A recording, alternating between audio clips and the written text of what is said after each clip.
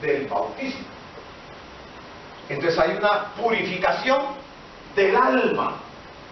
Por eso es que es importante el bautismo, de manera que si alguno que ya ha creído y no se ha bautizado, no puede entrar a ministrar al altar, porque está impuro. Y lo que él haga corre riesgo ante los ojos de Dios. Porque cuando nosotros venimos al templo y venimos a adorar a Dios, estamos ministrando al Señor. Y tenemos que hacerlo en un sentido de pureza moral y espiritual, que es lo que el bautismo tiene como simbolismo. En el Antiguo Testamento, para tener un contacto con la presencia de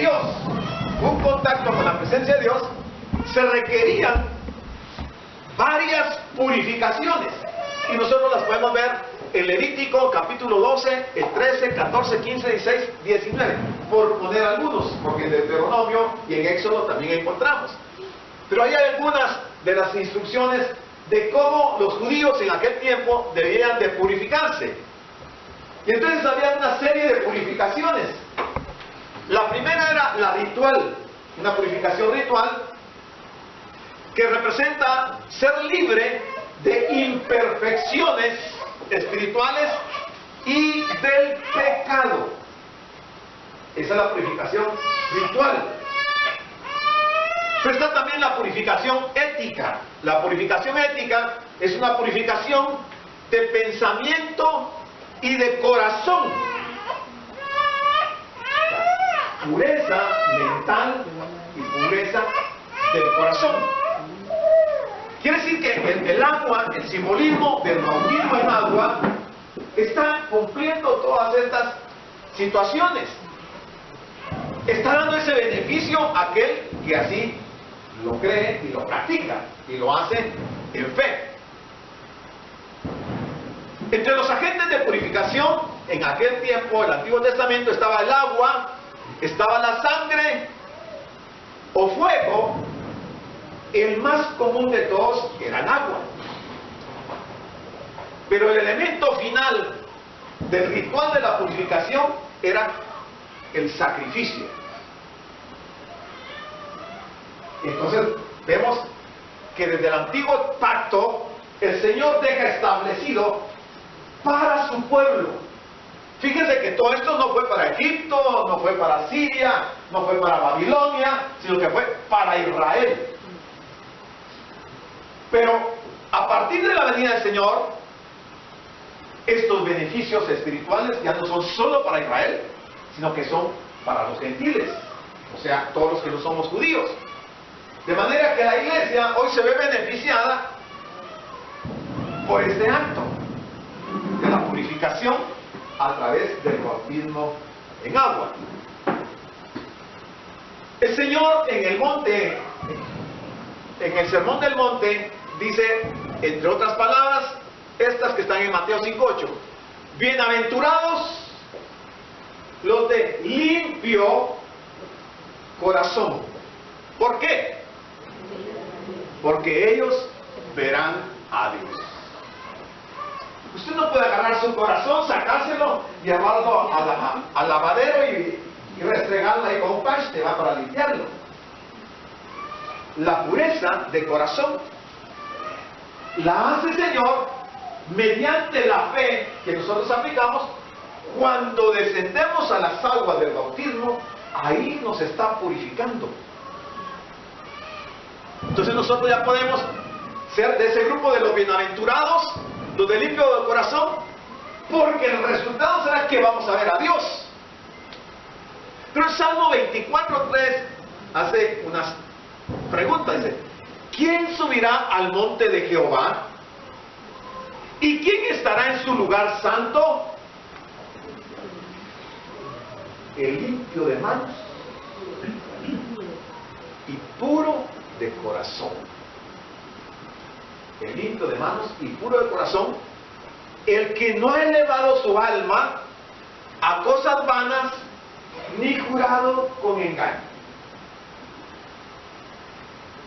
Por eso es que es importante cuando estamos tomando un pasaje de la Biblia, contextualizarlo para entender el mensaje y entender los objetivos, así como los resultados de una acción espiritual. El trasfondo de la purificación, era evitar que si alguien o algo entraba en contacto con lo santo, corría el riesgo de morir. Ustedes se recuerdan que cuando los filisteos atacaron al pueblo de Israel en época del rey Saúl y se llevaron el arca del pacto y la tuvieron mucho tiempo ahí. Cuando finalmente Israel pudo dominar a los filisteos, recuperó el arca del pacto, y cuando trasladaban el arca del pacto hacia un lugar que el rey David había preparado, en el camino llevaban el arca del pacto, que es simbolismo de la presencia de Dios, lo pusieron en una carreta de bueyes, y como el camino era pedregoso, en un momento pareció que el arca del pacto se caía de la carreta, y Usa lo detuvo con sus manos, detuvo el arca, y Dios lo mató ahí. ¿Saben por qué lo mató? Por impuro. Todo lo que entraba en contacto con lo santo, si no estaba puro, corría el riesgo de morir. Y las cosas de Dios son muy santas como para tocarlas con manos sucias o estando uno impuro.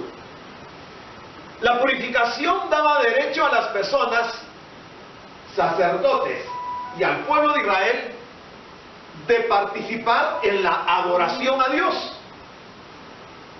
El pueblo tenía que ir a adorar a Dios, pero para adorar a Dios tenían que estar purificados. La ley de la purificación en el Antiguo Testamento era muy estricta, al punto que si una mujer tenía un niño, no podía asistir al templo porque era considerada, de acuerdo con la ley, impura. Si alguna persona estaba leprosa, no podía ir al templo porque estaba impuro.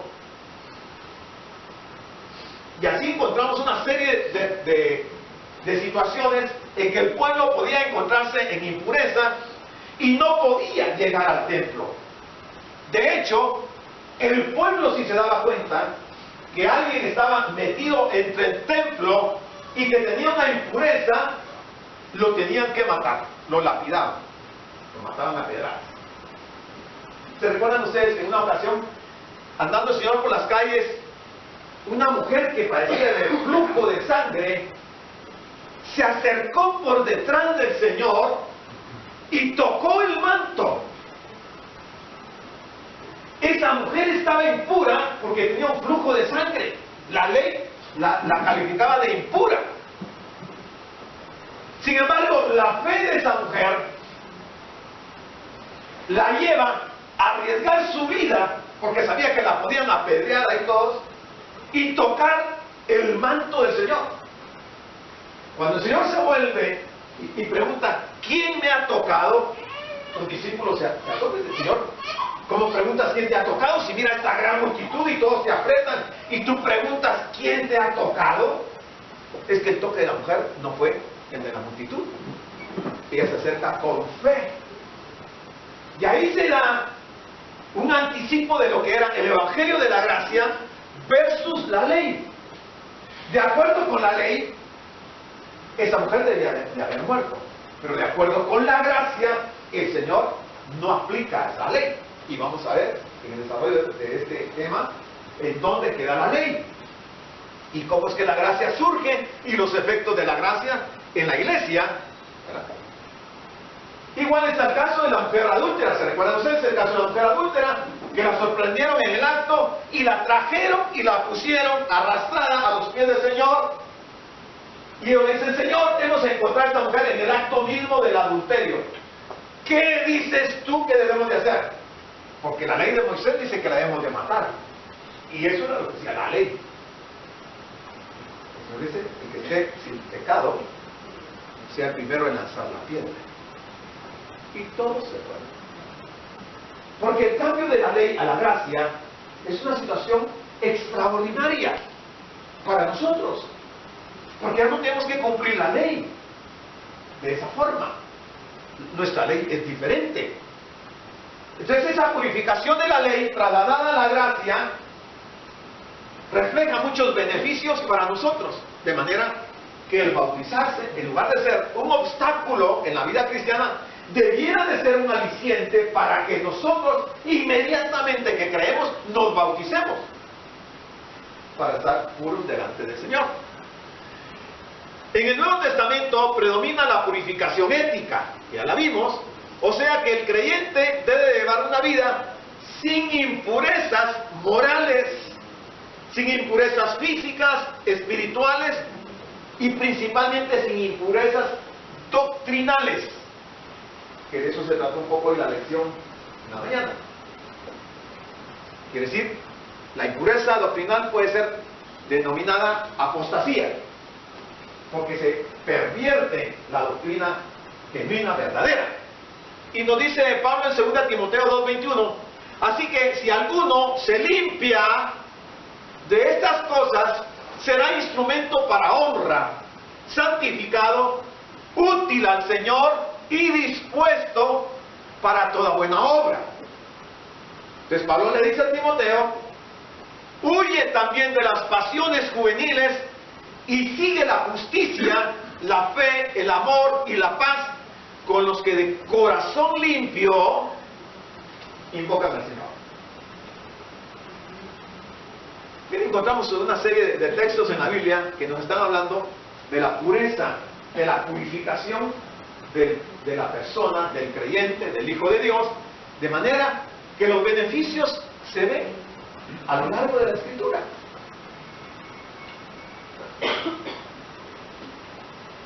¿Por qué debemos de bautizarnos? Esa es una pregunta interesante, ¿eh? ¿Ustedes qué pensarían? ¿Por qué debemos de bautizarnos?